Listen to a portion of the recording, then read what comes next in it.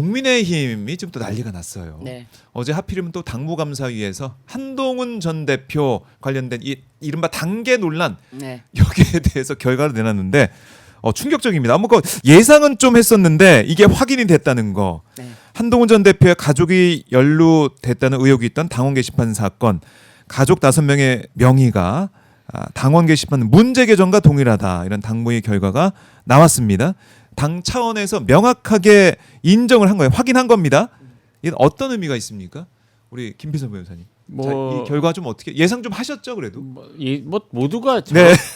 모두가 사실 예상했던 거고요. 네. 이제 저 결과에 대해서 더 이상 부인할 수 없는 결과가 나왔고 사실 뭐 그렇기 때문에 이제 한동훈 전 대표가 네. 어제 사실은 맞다. 맞다는 사실 인정했죠. 저거 나오고 나서. 그래서 아마 이제 관련자들이나 뭐 국민들도 상당 부분 보도가 됐기 때문에 알고 있었던 내용인 것 같은데 네. 저런 걸 어떻게 이렇게 당 대표의 이제 이게 어쨌든 저기 국민의힘의 높은 자리에 계셨던 분은 아니겠습니까? 그렇죠. 이 분이 가족들 뭐 본인 안 썼다고 하시니까 본인 말씀대로 하더라도 네. 가족들이 내용을 보면 상당히 뭐 이제 뭐 진영을 떠나서 저래도 되나 싶은 정도의 그런 내용들이에요. 다 저런 것들을 저렇게 집요하게 올렸다는 사실이 이 우리나라 특히 이제 현재 지금 국민의힘의 상황을 보여주는 것 같아서 네. 씁쓸합니다 사실. 그런데 굉장히 한동훈 대표 예. 전 대표의 그 변명 그런 것이 해명이 예. 굉장히 납득하기 어려운 것이 윤 전 대통령 부부에 대한 비판적 사설 칼럼을 올린 것이다라고 하는데 어디 비판적 사설 칼럼이 그렇게 문제가 됐다고 지적했나요? 문제가 됐다고 지적했던 글들은요. 네. 사설 칼럼 이런 게 아닙니다. 어디 사람들의 눈을 가리려고 다시 한번 무슨 사설 칼럼을 익명이 보장되는 곳에 쓴 게 왜 문제가 되는지 모르겠다라는 식으로 얘기를 하는데요. 이거는요. 7월부터 11월 사이에 이 문제가 제기되기 전까지 무려 1,000건이 넘습니다. 1,000여 건이 지금 동일한 IP 두 곳에서 87%가 동일한 IP를 썼다고 되지 않았습니까? 네. 그렇게 같은 곳에서 같은 사람이 작성했다는 것 이거는요. 1,000여 건을 다른 사람의 아이디를 도용했다는 거예요. 그러면은 이건 충분히 문제가 되는 거 아닙니까? 그리고 이거는 이 당원 게시판에 정당한 업무를 아무리 익명이 보장되는 것이라도 네. 자기 아이디가 아닌 다른 사람의 아이디를 만들었다라고 해가지고 쓰면은 이거 문제가 될 수 있습니다. 이거는 정당한 당원 게시판 관리 업무를 방해한 수준으로 볼 수가 있고요. 네. 그 내용이요. 비평 네. 칼럼 이런 거랑은 전혀 거리가 멀다는 점을 좀 다시 한번 말씀을 드리겠습니다. 그러니까 당무 감사위에서 이제 발표한 그 내용들을 네. 좀 보면 뭐 주요한 내용들, 그러니까 이호선 위원장이 이제 올렸던 자신의 블로그에도 올리고 뭐 이런 내용들을 보면 차마 좀 입에 담을 수 없는 뭐 그런 내용들이기도 하고. 네. 근데 이게 이제 나왔는데 사실 이제 가족들을 보면은 딸은 외국에 있는 상황인데 이것도 네. 어떻게 그러니까요. 했을까 지금 생각도 좀 들고. 네. 가족 뭐 딸은 외국에 있는 상황인데 네. 뭐 장인, 장모, 배우자, 딸 자신의 명의 이렇게 됐는데 누군가 썼다는 거 아닙니까? 본인은 안 썼다고 하니 그러면 누가? 이 부분에 대해서 명의를 도용한 거 아닙니까? 이거는 정보통신망법 위반. 그리고 이 정당한 업무 관리자의 업무를 뭐 방해한 것으로 볼 수도 있고요. 그렇기 네. 때문에 이거는 그냥 넘어갈 일이 아닙니다. 그런 넘어갈 일이 아님에도 불구하고 이것에 대해서는 마치 정치 공세라면서 다시 그 부분을 해명 같지 않은 해명을 했는데 이게 어떻게 네. 정치 공세입니까? 본인이 한 일에 대해서 지금 저희가 차마 옮기지 못하니까 이렇게 화면으로 올려주시는데요. 네. 정말 이거를 캡처해서 보시면은 정확히 한번 확인해 보세요. 이게 어떻게 신문 칼럼 내용이고 비평입니까? 네네. 그러니까 한동훈 전 대표는 또 이렇게 이제 어제 라디오에서 이렇게 얘기를 했어요. 가족이 이제 윤석열 부부 비판글 올린 걸 나중에 알았다. 이렇게 얘기를 했습니다. 나중에 알았다. 근데 이게 이제 해명이 안 되는 거 아닙니까? 이걸로 끝날 수 있는 문제가 아니잖아요. 끝날 수 있는 문제가 아니죠. 예. 나중에 언제 알았는데요. 그러니까 이렇게 사실 한 전 대표는 바로 직전까지도 부인하는 입장이었어요. 그렇죠. 근데 지금 갑자기 저게 나오자마자 나중에 알았다라고 하는데 나중에 알았으면 그때 알았을 때 조치를 취하든지 뭐 아좀 유감의 표시를 하든지 아니면 뭐 어쩌면 적절한 정치적 액션을 취했어야 되는데 네. 이제까지 입 다물고 있다가 저게 나오자마자 가족들이 했다는 사실을 인정하지만 그럼에도 불구하고 본인도 하지 않았다라는 또 얘기를 하고 있거든요. 이게- 그래요. 그것도 네. 참 글쎄요. 이해가 잘 안 되는 선뜻 이해가 안 되는 그런 부분인데. 그러니까 지금 이분은 정치인으로서 생각하시는 게 아닌 것 같아요.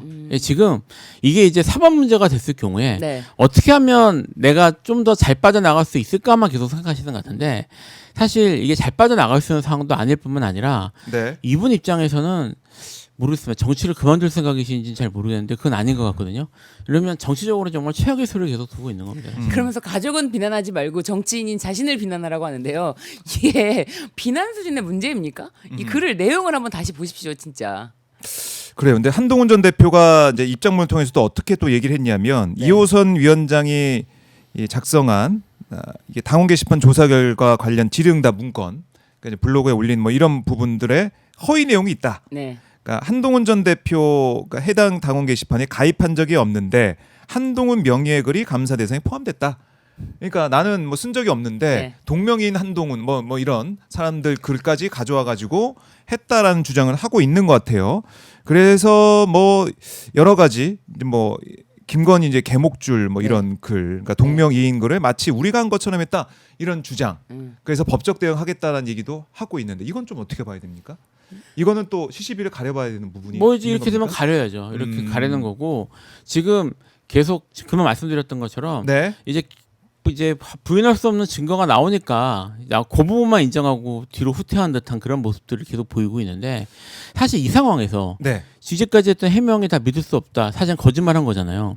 이게 자기가 뒤늦게 알았으면 뒤늦게 안 때부터 이걸 조치를 취했어야죠.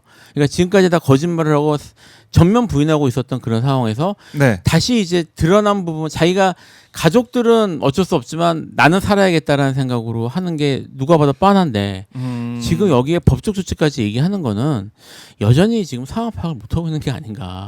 아니 저는 그 한동훈 전 대표가 과거에 이제 검사 시절부터 자신의 핸드폰이 열리면은 이제 모든 것이 폭로가 되고 그 절체절명의 상황에서 핸드폰을 압수수색하러 온 검사를 어떻게 보면은 함께 넘어지면서도 끝까지 그 검사를 독직 폭행죄로 고소했던 사건이 있지 않습니까? 그래요. 끝까지 독직 폭행죄로 그 검사를 고소했으나 끝내 그 검사가 이제 무죄 판결이 났잖아요. 대법원까지 가서 네.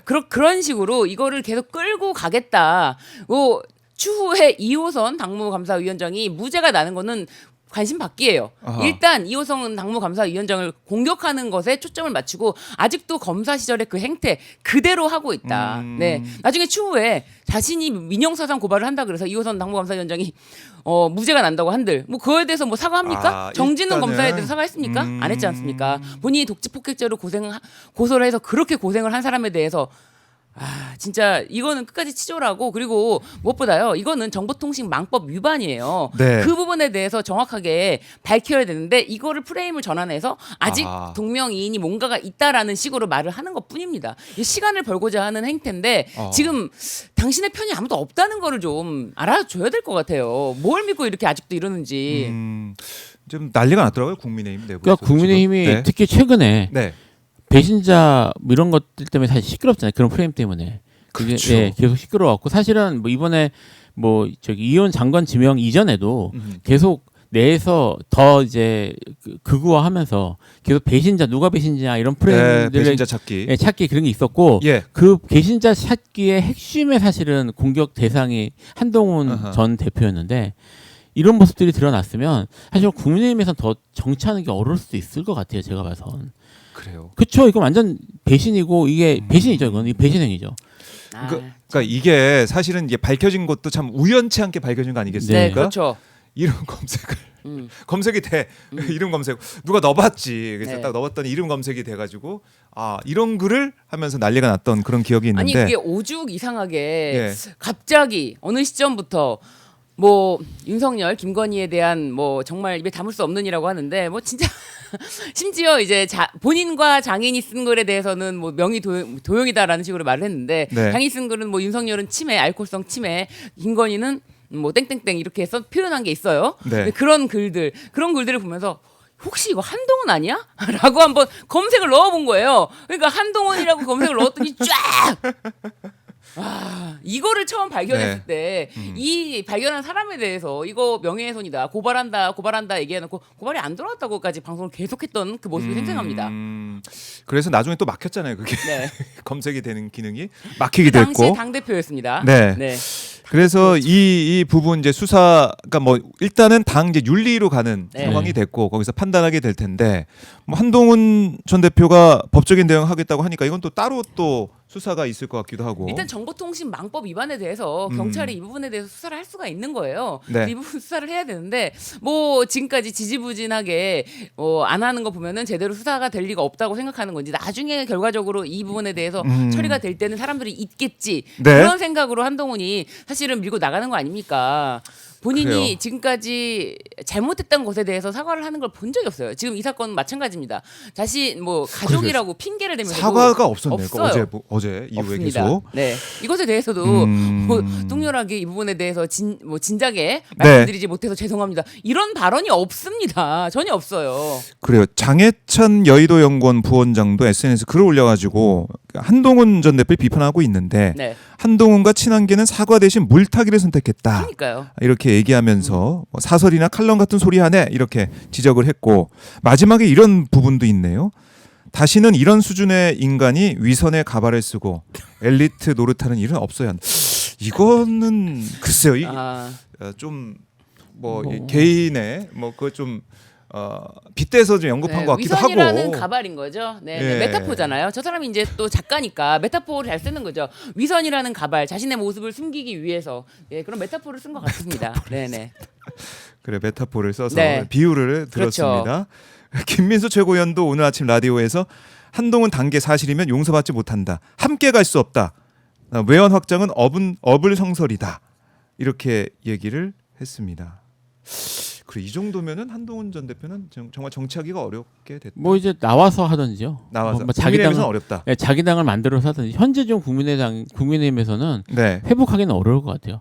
저기 가장 사실은 그러니까 뭐 죄질이 문제가 아니라 네. 가장 치졸한 방식으로 사실은 배신자가 된 거라서 그렇잖아요. 그리고 이게 지금 글 올라온 게 지금 보면은 네. 집중적으로 해서 뭐 1000개 이상 거의 네. 뭐 그 정도가 집중적으로 올라와서 사람들 이상해서 찾아볼 정도였으면 네. 이게 원래는 이름도 다 안 나오는 사실상 인명 게시판처럼 운영되던 곳인데 그렇죠. 그렇게 글이 올라오는 걸 봐서 사람들이 이상해서 찾아볼 정도로 집중적으로 아하. 뭐를 했으면 근데 그러고 나서 나는 잘못 없다.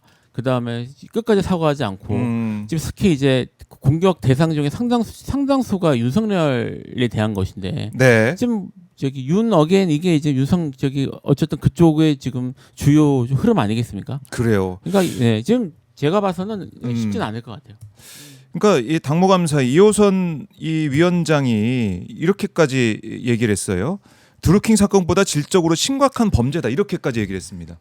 드루킹보다 심각한 범죄. 그러니까요. 이건 정보통신망법 위반이고 이건 컴퓨터 등 장애 업무 방해죄에 해당할 수가 있기 때문에 이 부분에 네. 대해서 왜 수사가 미진한지 모르겠어요. 왜냐하면 지금 국민의힘에서는 윤리감사위가 구성이 미진합니다. 그리고 언제 구성될지도 아직 모르겠다. 이렇게 이제 국힘 관계자가 인터뷰를 했거든요. 네. 그래서 이거 진짜로 뭐 징계가 언제 내려질지는 아직 미정이에요. 미정이다. 네. 알겠습니다. 드루킹 얘기까지 나왔고 또 홍준표 전 시장의 SNS 글도 이제 눈에 들어오는데 좀 읽어드리겠습니다. 가족 전원이 유치한 욕설과 비방에 동원되었다는데 본인은 몰랐다는 게 말이 되나? 매일 집에 가지 않고 그때는 딴 살림 차렸었나? 야, 홍준표 전 시장이 이 SNS 글을 보면 깜짝 놀라서 놀랍니다. 저는 네. 이제 보면서 조선 제일 검이라고 고각 아세했던 일부 보수 언론도 대우각성해라. 네. 이렇게 얘기를 했습니다. 이거는 뼈 때리는 글을 계속 올리고 있습니다. 홍준표 전 시장이 뭐 이렇게 해서 그야말로 이제 국민의힘은 이렇게 되면 한동훈 전 대표, 그러니까 친한계랑 같이 갈 수 없다. 이걸 계속 보여주는 거 네. 아니겠습니까? 네. 이걸로 확인할 수가 있고